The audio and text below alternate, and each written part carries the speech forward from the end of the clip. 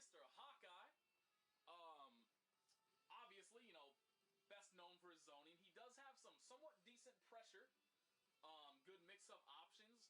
Obviously, there are far more effective options out there if you're looking for a rushdown character, but he does have them, so you don't have to just, like, think of him like, oh, I have to zone with this dude. He does have other options. So, but before I get into all his zoning options and whatnot, let's just go through his normals real quick. I mean, he has a standard set of normals, more or less. His notable ones, I mean, number one is his standing medium, humongous hitbox. Just a fantastic hitbox. It's just a great mid-range poke, and you confirm it into either, you know, a slide as you saw. Oh, okay, you actually can't confirm it that far away. But it's forward heavy if you're close enough. I mean, obviously the best confirm possible is that one. And then also, you know, like if they block it, you can just cancel and do his poison tip to make it safe, etc. But that's probably his, like, his best mid-range poke aside from his slide. I mean, obviously the slide, as you can see, is just fantastic. Has a great hitbox, pretty damn quick overall. But yeah, other than that, there's really nothing notable to his pokes in terms of their range. The thing that you do need to know about his pokes, however, is you actually cannot chain into his crouching heavy. As you see, I try to go into his crouching heavy right there. Just try to do a regular crouching chain. You can't do it. You just cannot chain to his crouching heavy for whatever reason. You can chain from his crouching heavy into his launcher, so that does work. However, there's just really no reason to use it because his slide is has far more range, just a better low overall. And I mean, his slide is a better poke overall. But so if you do want to combo off this crouching chain, you either have to use his forward heavy move like that. It is also, again, you can cancel with the launcher, or you can use the slide, which again you can cancel with a launcher. They're both also special cancelable, so if they block all of this, you can cancel into a special like that and make it safe. His jumping, there's really nothing special about his jumping light or his jumping medium. That's his jumping light, that's his jumping medium. His jumping heavy, however, is an extremely good air-to-air poke. As you can see, he swings his bow. That hitbox extends quite far beyond him. So if somebody's trying to jump in on you and do anything, if you just throw that out when you're jumping back, chances are they're going to run into it. Also, as you saw, it's special cancelable as well. So I actually use it to like jump through that, and it helps you like with your timing of when to shoot the arrows as well. So you don't just like shoot them when you're coming up and then you shoot them way the hell over the person's head. That also helps with timing. That's how I do it. His jumping S is good for jumping in. Has a very good downwards hitbox, and has a decent amount of hits, so you can combo off of it. So that's his normals. His regular normals, his chainable normals. His other notable normal is his standing heavy. He just shoots an arrow. About 3 different properties you need to be aware of. The first of which is very simple. You can special cancel it. So you can just use that to just, you know, shoot more arrows, etc. with Hawkeye. So it helps his zoning a little bit. The second part has to do with that. I don't know why this is how it is, but try and see if you can find a difference in these 2 moves right here. Just tell me if you see anything. Anything at all. Any difference between those 2? Did you see any difference in any of those shots? I sure as hell didn't.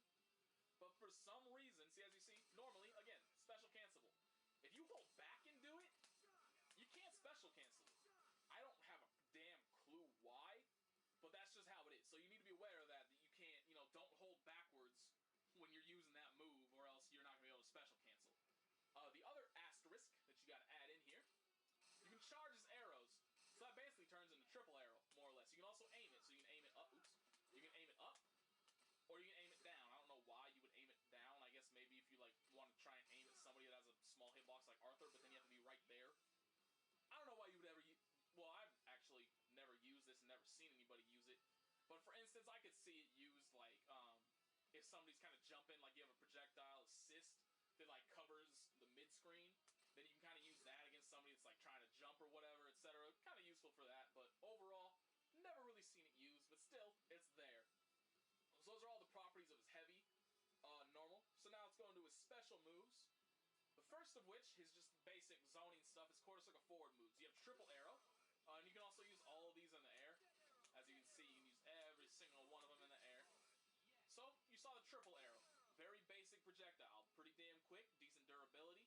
Probably the one you're going to be using the most. However, please do not turn into one of those players that only uses triple arrow, because it does lose to a fair amount of projectiles out there. So he can be beaten using that. So I mean, you wanna know when to use which move, because because every single one of his projectiles has a use. Very good for different situations. So the second one is his medium one, Dead Arrow. As you can see, it kind of locks them in place for a while. When they're like that, actually, when you hit them grounded, it's not as good. Because one thing I'll actually have to do is an X Factor to show... Well, I can just have them jump. And hope I can time it correctly and not make myself look like a complete douche. Oh my god, this floaty-ass jump. But as you can see, when you hit them there, they kind of fall down a little bit like that, right? Far easier... Wow, I suck. Far easier to do, but apparently not easy enough for me. To confirm off of this, when they're in that state, far easier to loop as well. See, like, when they're grounded, the loop is actually a lot harder to do. But you can do it. Man, see.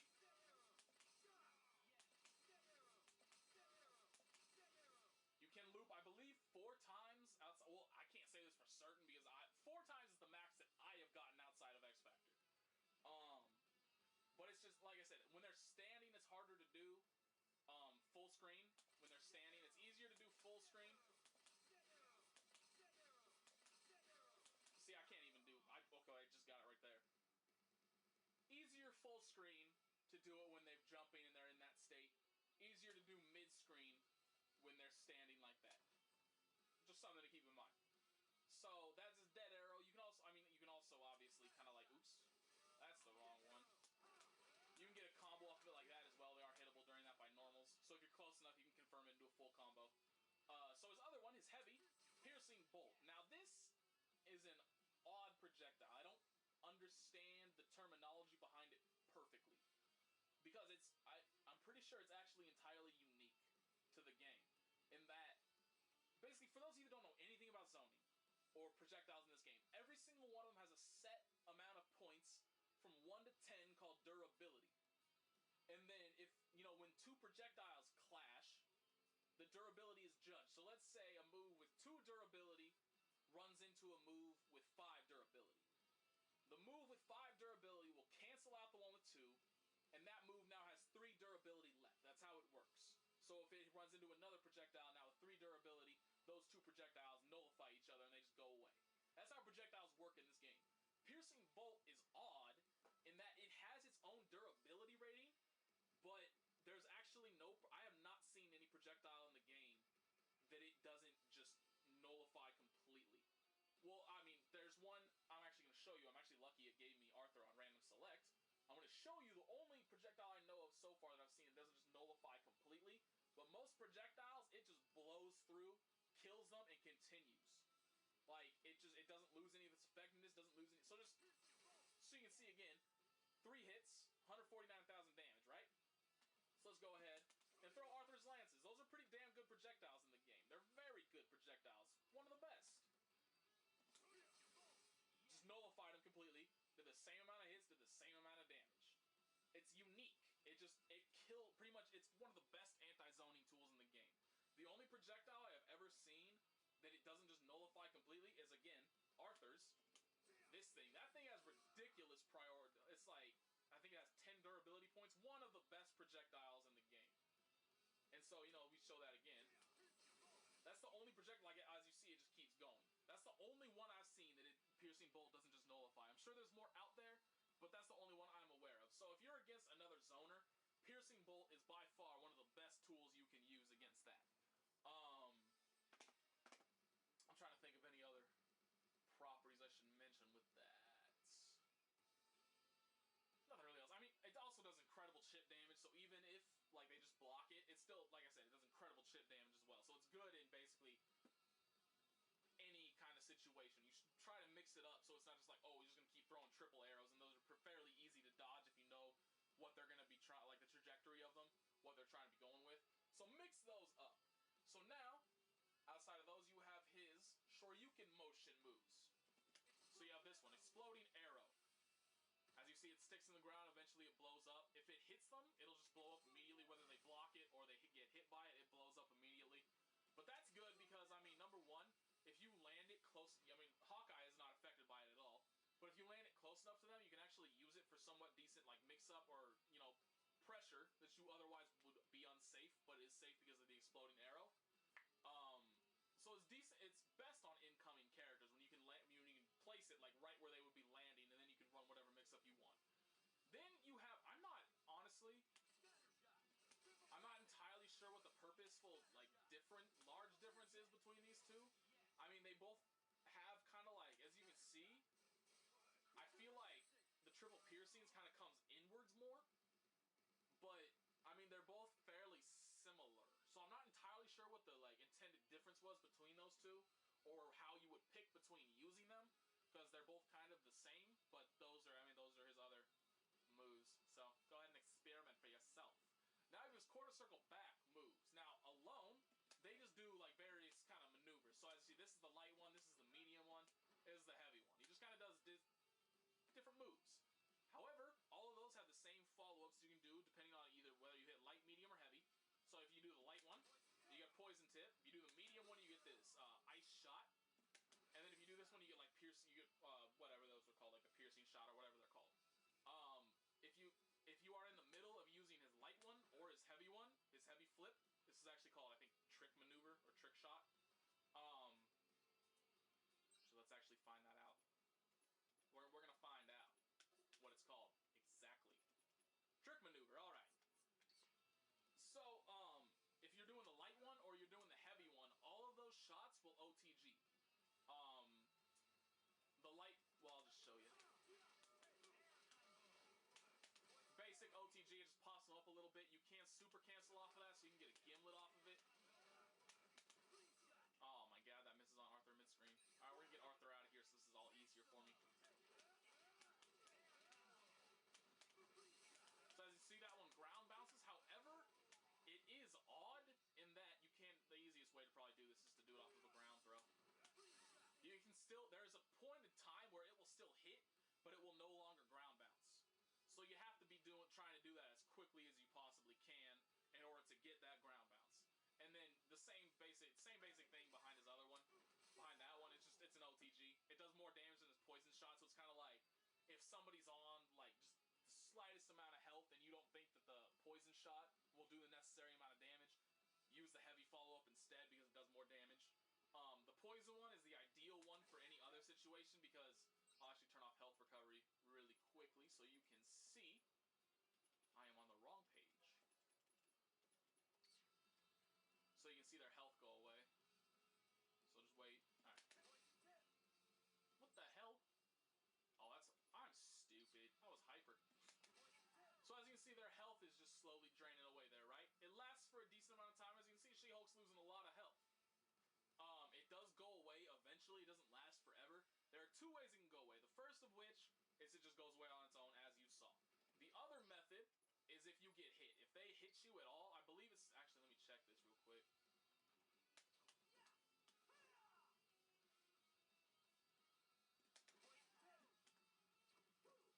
Okay, so poison will only go away if you actually get hit. Let me just poison her again. So there you go. As you see, it's now gone.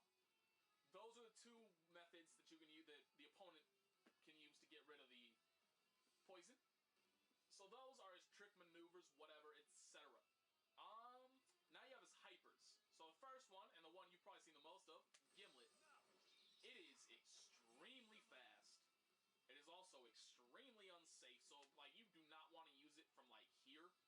Or even, like, mid-screen against a bunch of characters. Because most characters from mid-screen will just be able to dash up and punish you for it. However, it's extremely good if you see somebody, like, trying to air dash towards you, trying to zone you, etc. Gimlet is an extremely effective tool against that. Unfortunately, there are ways around it because it tracks the opponent where they are the second you hit the hyper. So there are ways, like, if Wesker does a gunshot teleport and you react to the gunshot, his teleport will actually bring him away from the shot and the shot will whiff him. You can actually hard tag in a character if they're grounded and they're not in the middle of anything.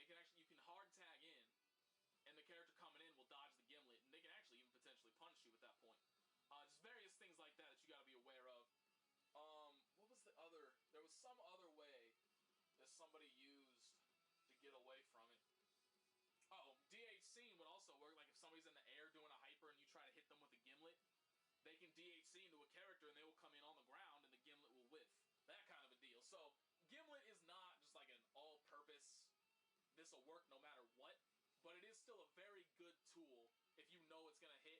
The unfortunate part is, as you can see from the damage right here, so as you see, I just did 250,000 damage, right? Let's just go into... I did the wrong move. Just basic combo, right? It only did 99,000 damage. It didn't even hit 100,000. It gets hit hard by damage scaling. That's the biggest problem. That's one of the biggest problems with Hawkeye, is that his combos do very little damage. But yeah, so that's Gimlet. His other one is Shoryuken level 1. Scatter Shot. As you can see, not that great in the corner. If you get it mid-screen, much better. And you can also, even better than all of that, you can actually follow it up with a Gimlet. I know there's a way. I actually missed it entirely right there. Try to get fancy. There's a way to follow it up with a regular arrow shot. I do not know it yet. But as you can see, you can follow that up with a Gimlet as well. So that is my preferred method of D8. Well, it depends on the hyper before it. But for instance, like, I use Spencer Hawkeye a fair amount. So if you hit a Bionic Arm with Spencer, you can DHC into Super Scatter Shot, and then follow up the Super Scatter Shot with the Gimlet as well. So it's very good for DHC, and it's also safe because the second the animation for the hyper is finished, those shots come out. They're going to be coming out no matter what. You can be punished by somebody throwing you, so you have to be careful about using it too close. But as long as you're within like about this range right here, unless they have a really fast command grab, you should be pretty much safe. So it is a way to DHC and safe for something like that. His other one is his level 3, very basic. I mean, it's just a level 3. It's a level 3 that does damage. The thing that you should be aware of, as you can see right here, it does this cloud, right? That cloud sticks around for a fair amount of time. So it's not like, you actually, the hitbox to it is not the arrow that he shoots. It's actually the cloud that appears afterwards. So people can actually, like, if they fall into the cloud, if they don't block, they'll actually get hit by it, etc. I've actually kind of mistakenly, like, reacted to somebody's teleport. But because they teleported, it auto-corrected me, so I got his level 3 instead of his Gimlet. And because of that teleport, they land in the cloud, and they actually get hit by the level 3. So, the hitbox does stick around for a little bit of time, not a long time, but there's a decent amount of time to it that some people just kind of stupidly fall into. I would not advise using it randomly just to think like, I wonder if they'll fall into this, because it's extremely unsafe. But still, funny when it happens. So yeah, that's more or less Hawkeye. I mean, there's not really... I mean, teams you can build around Hawkeye, mostly he doesn't really need much. I mean, obviously you can use a projectile assist to augment his offense. You can use an OTG. Let's actually see, did they give me his OTG assist? Of course not. Well, he doesn't use a wall bounce, so you can have a wall bounce assist. You can use that to extend combos as well, that kind of a deal. But really, he doesn't really need an assist. It's just basically things that you think will make your preferred playstyle of choice even better. So, like maybe you want to zone with him. Having a good get the hell off me assist would be good. Like maybe Hagar or like maybe Hulk's anti-air, that kind of a deal. But I mean, like I said, he really doesn't need anything. It's just whatever will help your preferred playstyle. I don't really think there's much else to say. I should have actually mentioned his level 3.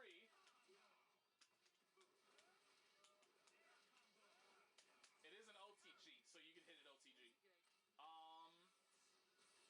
Pretty sure that's it. Did I mention that Gimlet is not an OTG? I did not. Gimlet will hit everywhere but OTG.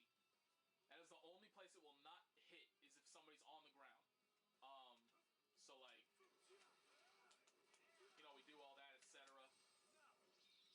As you can see, it goes through him, but it still doesn't hit. Otherwise, anywhere else on the screen, as long as they are not knocked down, they'll get hit by it. So that's pretty much everything to do with Hawkeye.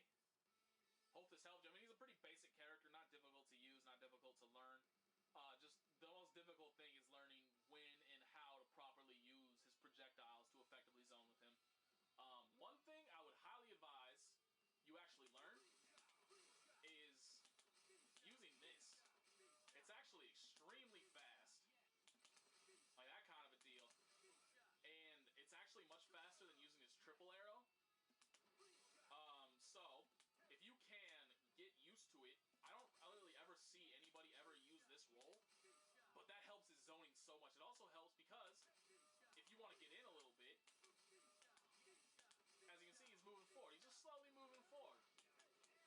eventually he'll reach you.